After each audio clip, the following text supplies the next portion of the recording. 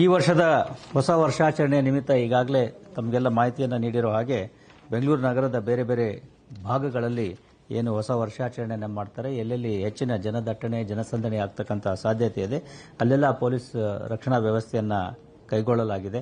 ಸಾಕಷ್ಟು ಸಂಖ್ಯೆಯಲ್ಲಿ ಸಿಸಿಟಿವಿ ಕ್ಯಾಮೆರಾಗಳನ್ನು ಕೂಡ ಅಳವಡಿಸಲಾಗಿದೆ.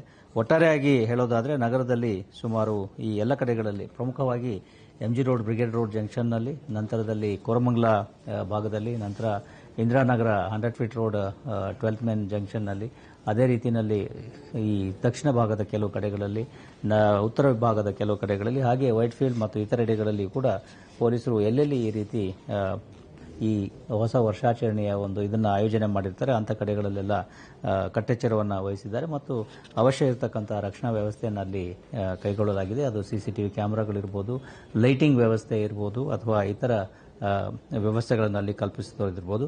ಒಟ್ಟಾರೆಯಾಗಿ ಬೆಂಗಳೂರು ನಗರದ ಎಲ್ಲ ಪೊಲೀಸ್ ಅಧಿಕಾರಿಗಳು ಮತ್ತು ಸಿಬ್ಬಂದಿಗಳು ಇವತ್ತಿನ ದಿವಸ ಕರ್ತವ್ಯದಲ್ಲಿರ್ತಾರೆ. ಯಾರು ಕೂಡ ಹೊಸ ವರ್ಷಾಚರಣೆ ಮಾಡಲಿಕ್ಕೆ ಆಗೋದಿಲ್ಲ. ಕಮಿಷನರಿಂದ ಹಿಡಿದು ಎಲ್ಲರೂ ಕೂಡ ಈ ಒಂದು ಹೊಸ ವರ್ಷಾಚರಣೆಯಲ್ಲಿ ನಮ್ಮ ಬೇರೆ ಬೇರೆ ಕಡೆಗಳಲ್ಲಿ ಅವರಿಗೆ ನಿಯುಕ್ತಿಯನ್ನು ಮಾಡಲಾಗಿದೆ. ಅಲ್ಲೆಲ್ಲ ಅವರು ಕರ್ತವ್ಯವನ್ನು ನಿರ್ವಹಿಸಲಿದ್ದಾರೆ.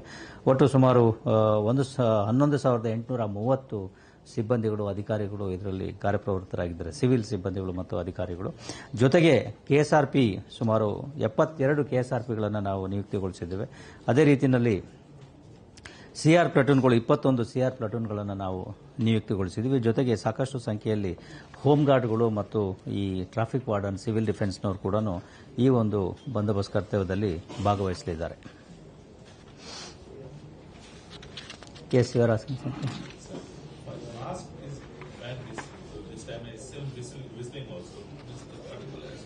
See, we have seen in earlier occasions, not only during New Year, but even in other occasions also, where such congregations take place, be it for Kadleka Parishe or Aureka Parishe and other things.